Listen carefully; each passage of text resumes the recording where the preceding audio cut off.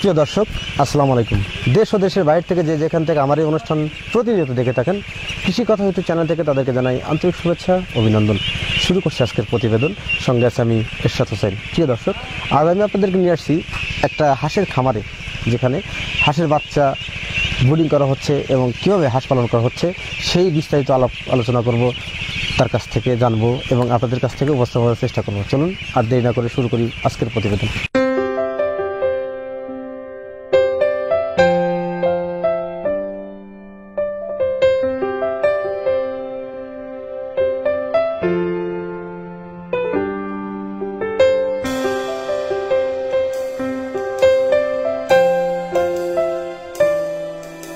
প্রিয় দর্শক, আমার সামনে যিনি দাঁড়িয়ে আছেন এবং খোলা বাগানের মধ্যে যে হাঁসের খামারটি দেখছেন, এখানে বাচ্চা পালন করা হচ্ছে।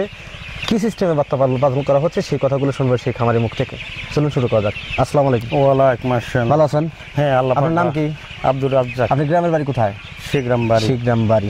আচ্ছা, এই যে আপনার পিছনে যে খামারটি কার? খামারটি আমার। আপনারই। এখানে কতগুলো হাঁস আছে? 1500 বাচ্চা। 1500 বাচ্চা আছে। এখন বাচ্চা আছে কতগুলো? ওই 70-80টা নষ্ট হয়েছে আর কি। এখন মোটামুটি আছে কতটি? তাতে 70-80 গেলে হয়তো 1400-র উপরে আছে। 1400 সামথিং আছে। হ্যাঁ হ্যাঁ। আপনি কয়দিনকার বাচ্চা আনছিলেন? বাচ্চা বিশেষ করে একদিনকার বাচ্চাই দেয়। কোথা থেকে আনছিলেন বাচ্চাগুলো? বাচ্চাগুলোর নাম ছিলাম উল্লাপাড়া বদগাছি থেকে।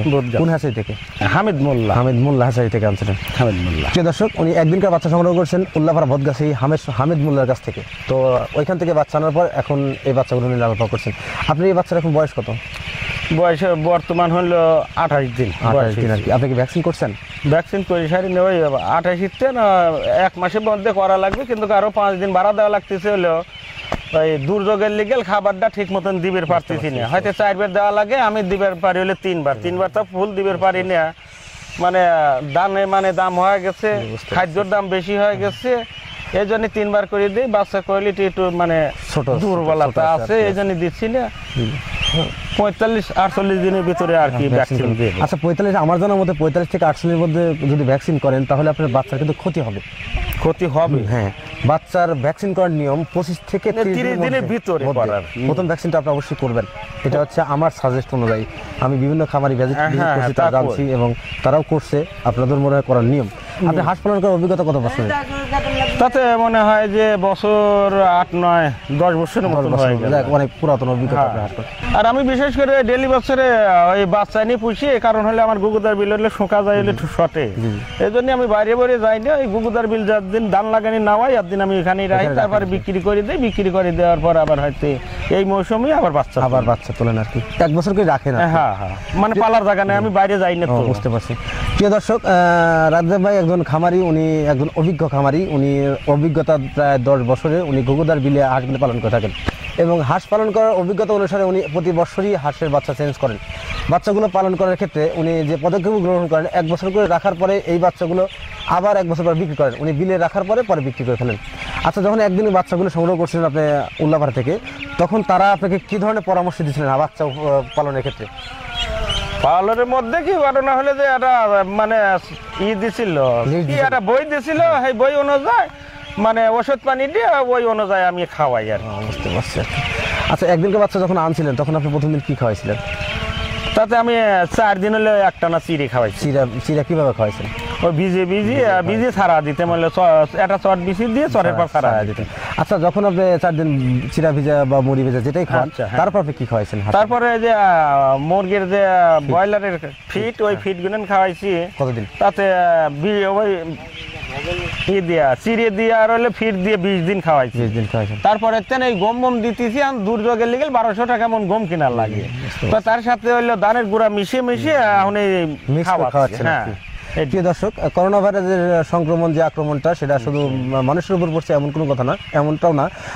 আসলে বিভিন্ন খামারের উপরেও এই প্রভাবটা পড়ছে, কারণ সাইডে লকডাউন হওয়ার কারণে পণ্যের দাম বৃদ্ধি পাইছে, যার জন্য খামারিরা খুবই বিপাকে পড়ছে। যদি এই সমস্যাগুলো থেকে থাকে বা হয়ে থাকে সবসময়, বা বিগত মাসগুলো চলতে থাকে, তাহলে খামারিরা পথে বসে যাবে। পথে বসে যাবে। তো সরকার থেকে আমি ই করবো, অবশ্যই খামারিদের দিকে একটু নজর দেওয়া দরকার, কারণ তারাও আমাদের দেশের একজন সঠিক ব্যবসায়ী। তাদের থেকে যে ডিম উৎপাদিত হয় এবং যে মাংস উৎপাদিত হয়, ডিম মাংস সমন্বয়ে বাংলাদেশে ভালো একটা অর্থ উপার্জন হচ্ছে।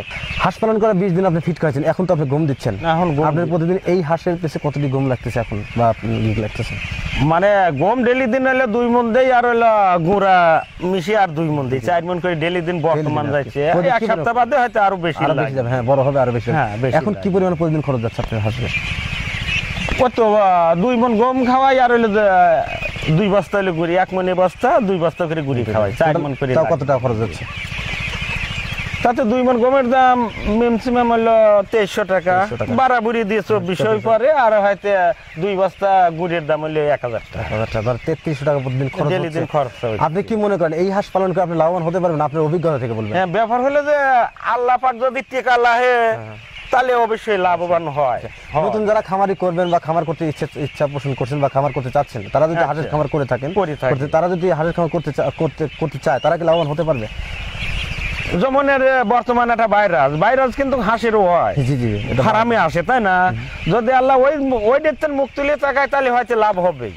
বছরে আমি 2 বার করে কিন্তু বাচ্চা তুললি, এটা হলে এই আমার মানে জায়গাটা ভালো, বাড়ির জায়গাটাও ভালো, এই জন্য আমি 2 বার করে তুলি। এই যে তুলছি, এটা হয়তো আমি বাইরে পাটা দিলি পারে, আবার এই যে ভাদ্র মাসে আবার তুলবেন, ভাদ্র মাসে ওই সময় খালি মরগের বাচ্চাই আনবো। আচ্ছা, আপনি এই বাচ্চাটা তো এই সিজনে পালন করতে, মাঝখানে আবার বাচ্চা তুলবেন, মরগের বাচ্চা। মরগের বাচ্চা কেন তুলবেন আপনি? মরগের বাচ্চা তুলবো হইলো ওই শীতের মৌসুমে মরগের দাম যায় ভালো, প্রায় 32-35 হাজার টাকা সহজ যায়।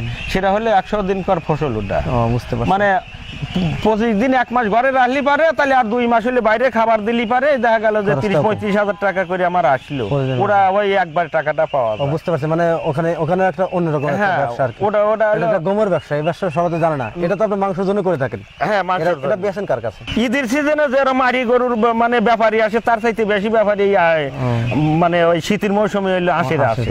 যাই হোক, আপনি তো দেশি হাঁসের মতো এই ক্যাম্বেল হাঁসি বা পুরুষ টাইনে পালন করেন, আপনি তাছাড়া বেইজিং হাঁসের বাচ্চা করতে পারেন না বা হাল পালন করতে পারেন না? ওটা শখ হয়, বুঝলো, সাদা গুণ এনে পর শখ হয় যদি সে বাইসে আমার মরগ দিবে না। বুঝতে পারছি, সেটা হলে মরগ শুনি, আমি দেখি নেই, শুনি যে মরগ 3 কেজি 3.5 কেজি ওজন হয়, মুরগি বলে 1.5 কেজি 1.5-2 কেজি করে হয়। আসলে 3 মাস বয়সে যখন হাঁসটা হয় তখন প্রায় 4 কেজি প্লাস হয় মরগটা, আর আপনার 2.5 কেজি থেকে 3 কেজি হবে মহিলাটা। এটা হচ্ছে বেজিং হাঁসের ধরন আর কি। কিন্তু এটা ডিমের জন্য খুবই কম, ডিম কম দেয়। ডিমের জন্য না, ডিমের জন্য না, ওটা মাংসের জন্য। আপনি পুরুষটা তো মাংসের জন্য করছেন। হ্যাঁ, আমি দেখছি বেজিং হাঁসের তুলনায় আপনার মনে হয় এই ক্যাম্বেল হাঁসের পুরুষেরটা চাহিদা বেশি, ওই মাংসের চাহিদা বেশি। বেজিং এ অতটা চলে না আমার জানা মতে। এটা আমার জানা নাই, আমার জানা মতে আমি জানছি বা বিভিন্ন জায়গায় শুনছি আর কি। প্রিয় দর্শক, উনি বাচ্চা পালনের অভিজ্ঞতা বা হাঁস পালনের অভিজ্ঞতা বিগত 10 বছর থেকে উনি হাঁস পালন করে উনি মনে করছেন যে লাভবান হওয়া যায়। এই কথাটা বুঝতে পারলেন না তখন কথা শুনে বুঝে। ওনার হাঁস পালনের ধরনটা, ওনার 2 বার করে বাচ্চা উৎপাদন করেন, বাচ্চা উঠান, এবং সেই বাচ্চা পালন করার পরে মহিলাগুলো 1 বছর পর বিক্রি করে দেন, এবং পুরুষগুলো 3 মাস 100 দিন মানে 3 মাসে একটু বেশি এই হাঁসটা পরে পুরুষগুলো বিক্রি করে দেন। এখন খামারিরা যে সমস্যা পড়েছেন, খামারিদের গম এবং ধান এইগুলো দামের কারণে খামারিদের লসের সম্মুখীন হচ্ছেন। কেন? খাবার তো ঠিক মতো দিতে পারছেন। হাঁসের যে অবস্থা দেখছি, আমি আমার তার খামারে দাঁড়িয়ে আছি, আমার 4 সাইড দিয়ে হাঁসের খুবই বিরক্তকর অবস্থা পরিবেশ তৈরি করছে। কারণ হাঁসের যদি পরিমাণে খাবার দেওয়া যেত তাহলে অবশ্যই হাঁসগুলো নির্দিষ্ট এবং আকারে আরো বড় হতো। হাঁসের বয়স 28 দিনের মতো, 28 দিনে পর্যন্ত ভ্যাকসিন করেনি, কারণ আকার একটু ছোট দিয়ে উনি ভ্যাকসিনটা করেনি। আশা করি আমার সাজেস্ট অনুযায়ী তাকে ভ্যাকসিনটা করবেন এবং ওনার হাঁসের খাবারটা ঠিক মতো যেন দিতে পারেন। আর এখান থেকে যে সমস্যাটা যদি সমাধান হয়ে যায় তাহলে খামারে অবশ্যই লাভের মুখ দেখতে পারবেন। অবশ্যই এটাই। তো প্রিয় দর্শক, হাঁস পালনের বিভিন্ন তথ্য জানলাম এই খামারের মুখ থেকে। তো আরও কিছু বললেন যে হাঁস পালন করে লাভবান হওয়া যায়, এই কথাটা বললেন যে নতুন যারা খামার করতে চাচ্ছেন তারা যদি হাঁস পালন করে তাহলে লাভবান হতে পারবেন। হাঁস পালন করার অভিজ্ঞতা তো আপনার 10 বছরের। এই যে আপনার 1200-1400 হাঁস আছে, এখানে তো মিক্সিং না সবই পুরো মহিলা?